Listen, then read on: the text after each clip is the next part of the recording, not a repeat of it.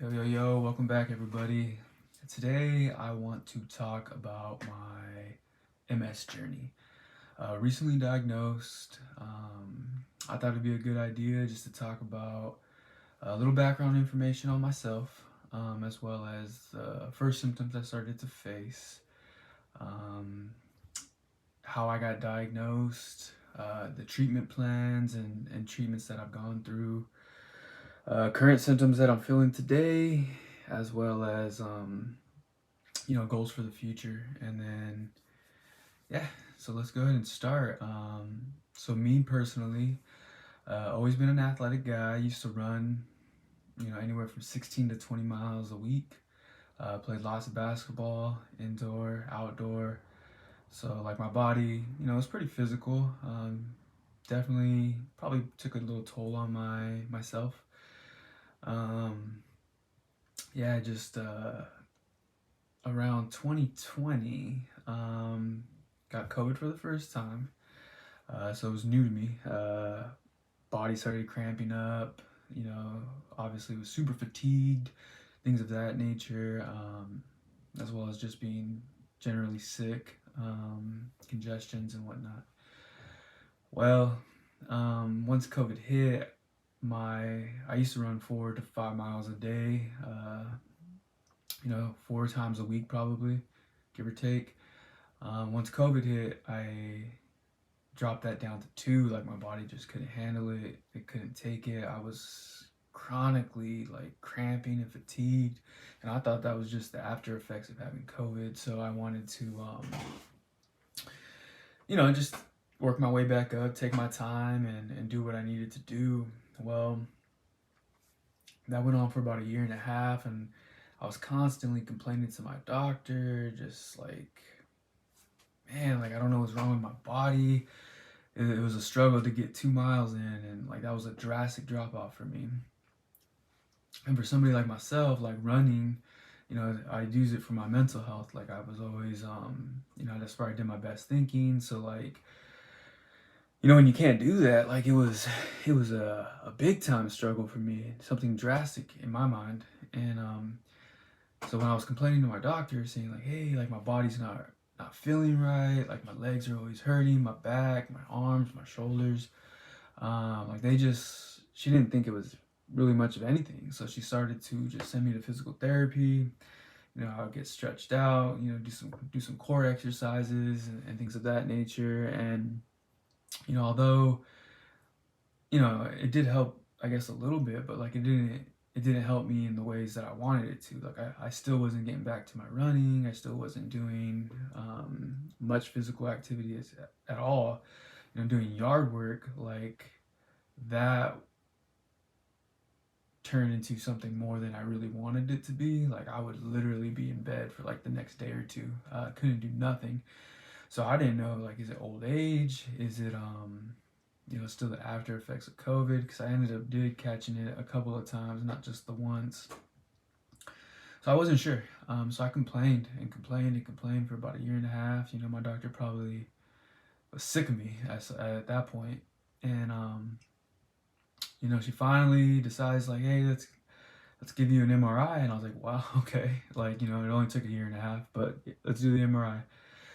So they did an MRI on my back and upper back and lower back. So like that included the neck and the head.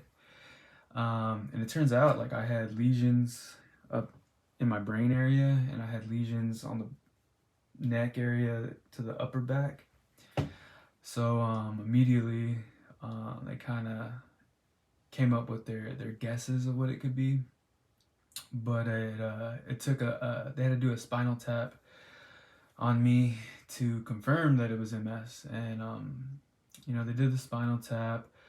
I did have like some severe side effects for the next 24 hours after that. Like I had to go to the ER because I had a spinal leak, and it ended up being like just a big mess. And the spinal tap came back, and it ended up being, yeah, you got MS. So like, let's talk treatments. And for me, like, getting the call from the doctor, hearing that I had MS, which I didn't really know what that was at the time, but obviously, like, they explained it to me, that it's an autoimmune disease. No known cure for it. They do have treatment plans that definitely help slow the disease down, but it's going to be something that I'm going to have to live with. And, symptoms that are going to come eventually are, the physical stuff, the like fatigue, the cramping, trouble swallowing, vision, even mouth stuff. Like, I don't know if you guys could tell, but like I get dry mouth, so like I always have to, do things like that to kind of, I guess saliva in my mouth, I guess. Anyways, so we went over it with the doctor. The doctor came up with, there was a couple different treatment plans. There was one where they give you like a prescription medication, but the success rate of that working on slowing it down was not super high. Like, it's high enough, but it wasn't as high as it could be. And then the other treatment plan that they came up with, or that they told me about, was infusions. And it was infusions that involved rituximab, which is a medication. So the success rate on that was like over 90%, and I was like, well, I want to be able to walk and see and do all that stuff as long as I can. So like, let's do that. So I've never done an infusion before. I've never even been in a room where people were doing infusions or things of that nature. So I didn't really know how to prepare myself for that. So first infusion was back in November. They had to do 2 doses. So they do the first one, and then 2 weeks later they do a second one. It's basically like kind of shocking your body to get the infusions in. And the first infusion, like I mean, I did okay, I guess, but like I'm an anxious person, so like when I'm in there and they have the IVs in you, and like you're in a room actually like with a bunch of cancer patients and people also doing infusions, and it was like traumatizing for me mentally. Very, very tough. It took a lot for me to get through that. But once you got through the first one, the second one, still tough, but like it was easier to push through. Definitely easier to push through. Definitely needed, my girlfriend there. She was there for support, and she, helped me get through that. After the second infusion, like I was kind of sick for like 2 days. I don't know, not necessarily side effects, but like, I don't know, like I just felt drained. I felt, kind of dizzy and things of that nature. So like, it kind of freaked me out a bit, but after you get through those first 2 days for myself, like it was pretty good for the most part. So after that, like it's pretty much infusions every 6 months now. So like I have to do some blood work. They're gonna check some levels. I have to do MRIs for a couple times a year just to see how the lesions are going. Like, is it spreading? Is it active? Is it a bunch of different things. And if everything stays quiet and good, then I only have to do the infusions, the 6 months, every 6 months. And, I'm cool with that. That's fine. Because I guess, when it comes to MS, if you catch it when you're young and a male, which I'm 35, so it's like, that classifies as young male, it usually is more active, is what I was told. I don't know how accurate that is. I'm not a doctor. I'm not anything of that nature. I just know what I'm told.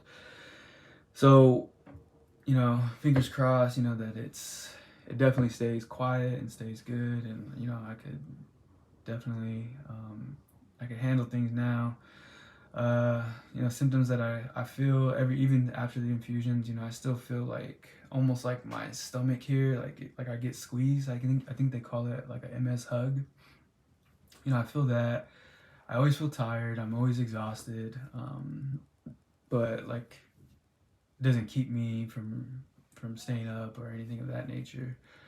Like I said, I have the dry mouth, which I had my dentist advised me to get this special toothpaste and mouthwash, and it's supposed to help with that. So like, that's been cool. It's been helpful.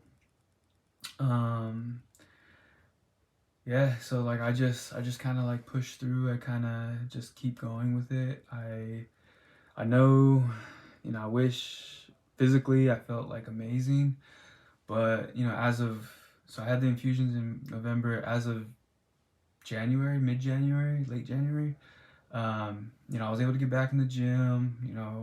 I'm not really running like I used to still. Like I'm doing like elliptical, the stairs, that kind of stuff, and it's been super helpful mentally, because I've been kind of struggling. I did get back into therapy because you get yourself an autoimmune disease, like it's tough to process that kind of stuff.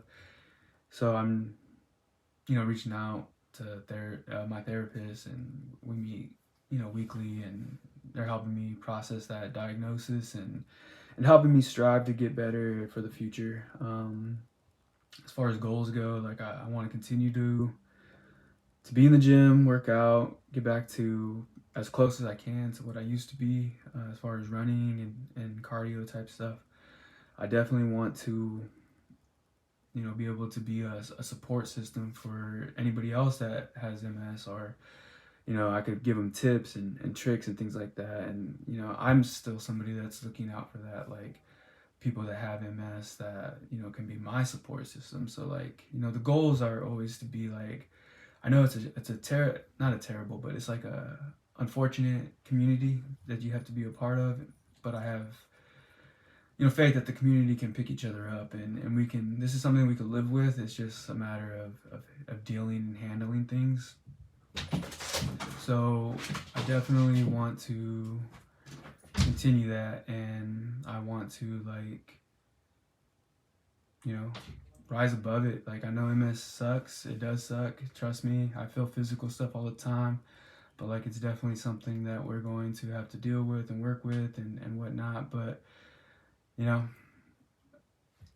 I'm here. It's not gonna go away. So yeah. So I just wanted to share that story. I'll be doing some check-ins and whatnot, and I'll try to do that like monthly, I guess. If you guys have any questions, or want to reach out to me, leave a comment. I will, if I get enough questions, I'll do a Q&A. I have no problem doing that. And if you are looking for an MS support person, you can always reach out to me as well. Comments down below. Or if you want to be somebody that I reach out to, you can do that as well. I'm always looking for new friends and whatnot. MS is tough, but like we got this together. And yeah, hope you guys enjoy the video. Like and subscribe, and leave a comment if you want. I will do more of these. Appreciate it, guys. Have a good one.